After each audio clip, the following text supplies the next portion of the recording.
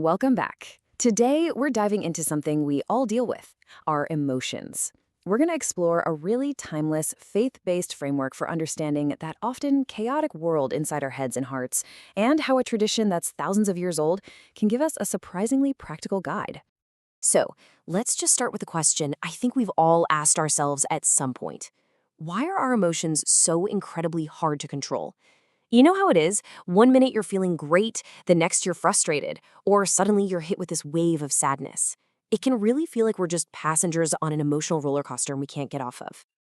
But what if the controls weren't so far out of reach? What if they were actually located deep within us? There's an ancient perspective that suggests the real key to managing our feelings isn't about changing what's happening around us, but about understanding what's happening inside us.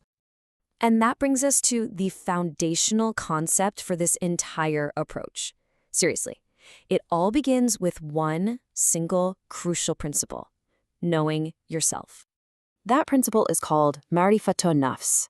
It's an Arabic term that basically means knowing the self. Now, in the Islamic tradition, this is not just some philosophical idea to ponder, it's the absolute starting point. The idea is before you can even hope to manage your anger, your sadness, or even your joy, you first have to develop a deep, honest knowledge of your own inner landscape. And this isn't just a minor point. It's considered the very peak of wisdom. One source puts it so simply: the best wisdom is for a person to know themselves. Think about that. This self-awareness is the key that unlocks everything else. So, if we're going to know ourselves, we have to understand the very things we're trying to manage. What exactly is an emotion? Let's break down its anatomy.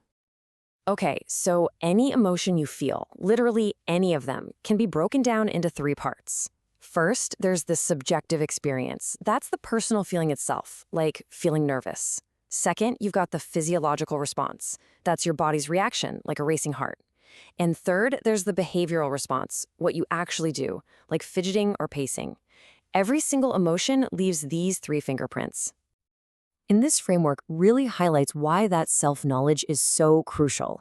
See, according to the Qur'an, human beings have certain built-in tendencies. We can be prone to haste, we're often argumentative, and we struggle with things like weakness and impatience. Knowing these default settings helps us understand why we react the way we do, and it kind of gives us a roadmap for what we need to work on. All right, so now let's see how this all builds into a practical guide for navigating some of the most difficult emotions we face. We're going to start with a particularly powerful one: anger. Now, here's a key insight from this tradition. Anger isn't automatically bad. The big difference is all about the motive. There is what's called praiseworthy anger, which is anger that's channeled towards defending truth and justice. Then, on the other side, there's blameworthy anger, which is the kind that comes from ego, selfishness, or a desire for revenge. The feeling might be the same, but the intention is what separates a virtue from a vice.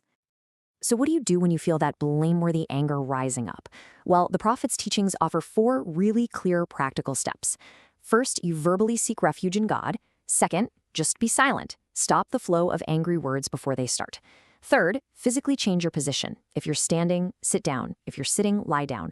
It de-escalates your physical energy. And finally, perform ablution, using cool water, which is seen as a way to physically and spiritually extinguish the fire of that anger. Okay, now let's turn to sadness.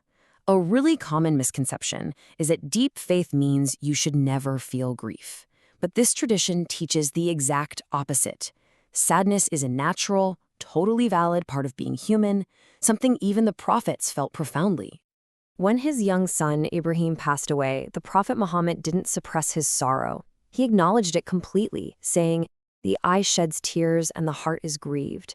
We are saddened by your departure, O Ibrahim." This is so powerful because it shows that expressing sadness is not a sign of weak faith, but a sign of a tender, loving heart. It validates our own experiences of grief. So, how do we bring all of this together? What's the path from just feeling our emotions to actually achieving a real sense of mastery over them? And here we get to the absolute core of emotional mastery. It's not about crushing your feelings or pretending they don't exist. Not at all. It's about balance. The goal is to use your intellect, or aql, to guide your heart, or qulbu. Your intellect can see the bigger picture and understand consequences, and it can help steer the powerful engine of your heart in a much more constructive direction. So, to sum it all up, here's your emotional toolkit. First, practice marafun nafs by getting to know your personal triggers. What sets you off?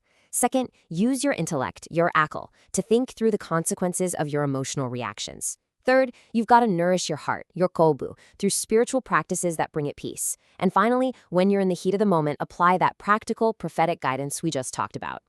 So we'll end with this.